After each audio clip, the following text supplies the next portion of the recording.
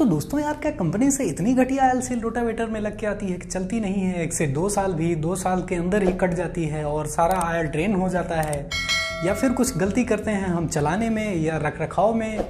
आखिर किसकी है गलती, बात करेंगे आज वीडियो में इसी के बारे में। तो बने रहिए हमारे साथ वीडियो में अंत तक। नमस्कार दोस्तों, मेरा नाम है एसके और चलिए शुरू करते हैं।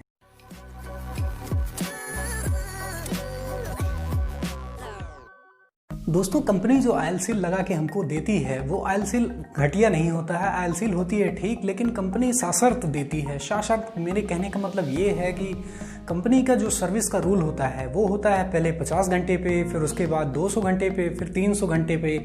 क्योंकि पहले 50 घंटे पे करना इसलिए ज़रूरी होता है यार कि क्योंकि गेयर लगे होते हैं और जो भी पार्ट लगे होते हैं वो जब चलते हैं तो चलने के बाद उनमें से निकलता है छोटा छोटा बारीक कण। आयरन का कण होता है। आयरन का कण जो होता है वो अगर आप पहले 50 घंटे में उसको सर्विस कर देते हैं तो सर्विस करने के बाद वो आयरन का कण आपके ऑयल के साथ निकल आता है। अगर आप 50 घंटे में नहीं करते हैं तो वो 100 घंटे चलाते हैं या फिर 150 घंटे चलाते हैं तो ऐसा नहीं है कि 100-150 घंटे में कट जाएगा। लेकिन फ़र्क ये हो जाता है कि जैसे जैसे ऑयल धीरे धीरे करके घटेगा फिर आपका जो कण उसमें रहेगा वो ज़्यादा इफेक्टिव हो जाएगा। ज़्यादा इफेक्टिव कहने का मतलब मेरे ये है कि वो जाके आयल सील में या तो बैठ जाएगा या फिर जो है डेल्टा में बैठ जाएगा। तो उससे क्या होता है कि वो आयल सील आपकी काट देता है या फिर डेल्टा में स्क्रैच लगा देता है।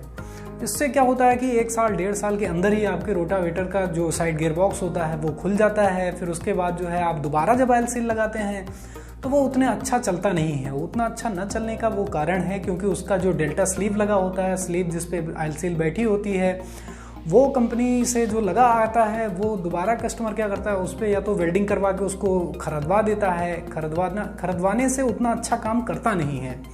अगर आपका आयल सील कट जाता है तो आप दोबारा अगर उसको बनवाते हैं तो बनवाने के बाद जो आपकी रिंग आयल सील होती है जिस पे वो चलता है, उस स्लीव को आप नया लीजिए कंपनी का या फिर कहीं से दूसरा लीजिए। मेरे कहने का मतलब ये है कि वो सीएनसी मशीन से चला होना चाहिए, खरीदा होना चाहिए। आप उसको लीजिए, उसको लगवाइए, फिर उसके ऊपर आयल सील आप चाहे अच्छे क्वालिटी की लगाइए चाहे नॉर्मल क्वालिटी की लगवाइए, वो चलेगी कुछ दिन। अगर आप उसको वेल्डिंग से बनवा के उसको करवाते हैं तो उतना बारीक उसमें सफाई आती नहीं है, वो पॉलिश उसमें आती नहीं है, तो वो आपकी आगे कट जाती है।